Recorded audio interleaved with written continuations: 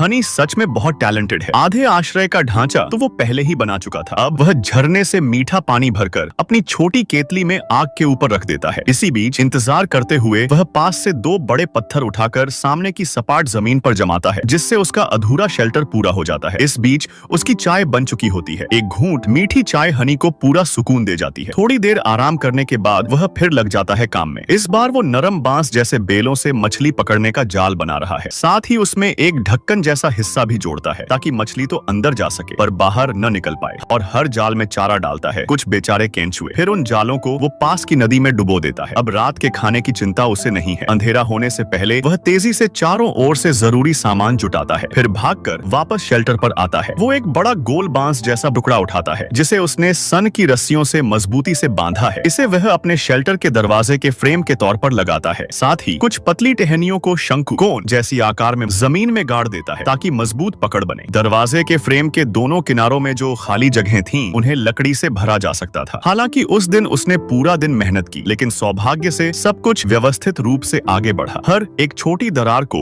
उसने सावधानी से मिट्टी से भर दिया। ज्यादा समय नहीं लगा उसे पूरी तरह सील करने में। जब बाहर की सारी चीजें पूरी हो गईं, तब अंदर की तरफ बिस्तर तैयार करने की बारी थी। फर्श को पहले मिट्टी से समतल किया गया, फिर बड़े और छोटे काले पत्थरों से उसे पूरी तरह सजाया गया। ये पत्थर सर्दियों में गर्माहट और गर्मियों में ठंडक। पत्थरों के बीच जो बड़ी दरारें बची थीं, उन्हें उसने बारीक पत्थर और रेत से भर दिया। घर के बाहर भी उसने ढेर सारे पत्थर बिछाए ताकि तेज बारिश में भी घर के भीतर की गर्माहट बनी रहे। जब उसका काम खत्म हुआ, तब उसका घर बाहर से बिल्कुल आसपास के जंगल जैसा ही लगने लगा, जैसे वहाँ पहले से मौजूद था। अब बस एक आखिरी चीज बची थी, दरवाजा, और इसके लिए वो जंगल से लाया मजबूत बांस। शुरुआत हनी ने एक नए अंदाज में की ताकि उसका शेल्टर और भी सुंदर लगे। बांस की नुकीली धार को सावधानी से घिसकर स्मूथ किया गया। अब बारी थी स्ट्रक्चर बनाने की। बांसों को मजबूत सहारे के रूप में लगाया गया और उनकी बॉडी को आपस में जोड़ने के लिए इस्तेमाल हुई जंगल की लताएं। दरवाजे की टेक्सचर को और उभारने के लिए उसने आसपास त्रिआयामी लकड़ियां जोड़ी और पूरा फ्रेम बनाकर खूबसूरती से जड़ दिया। अब उसका नया आश्रय पूरी तरह तैयार हो चुका था। रात का खाना भी कम दिलचस्प नहीं था। उसने अपने बैग से निकाले छोटे गोल आलू और उन्हें कोयले पर करीब 2.5 मिनट तक भूनने रखा। इस बीच हनी जंगल में घूमकर मीठा और ताजा चारा इकट्ठा करने चला गया और किस्मत से उसे भरपूर मछलियां मिल गईं। खुश होकर वो अपने शेल्टर लौटा। हो सकता है यह खाना रेस्टोरेंट जैसा न हो, लेकिन जंगल में इसकी कीमत बहुत ज्यादा है। मछलियों में प्रोटीन था और आलू में भरपूर एनर्जी। हनी ने मछलियों को रॉड पर ग्रिल करना शुरू किया। ऊपर से उसने थोड़ी सी सॉस लगाई और जल्द ही मछली क्रिस्पी फ्राई होकर तैयार थी। उसने नर्म आलू और गर्म चाय के साथ यह खाना बेहद शांति से खाया और फिर उस गर्म कोटात्सु पर लेटकर हनी जंगल की ठंडी रात में अग्निकुंड की गर्माहट के साथ